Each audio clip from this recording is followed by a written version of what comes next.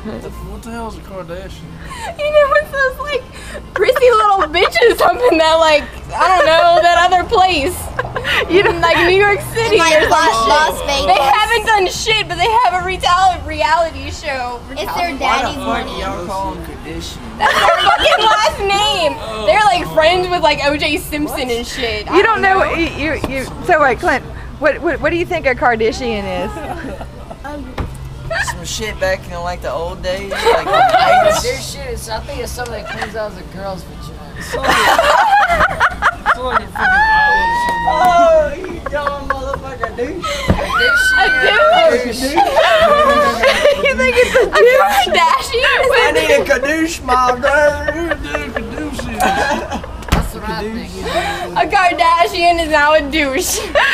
Oh Well, I wonder what those Kardashians would think now. They've been reduced to douchebags.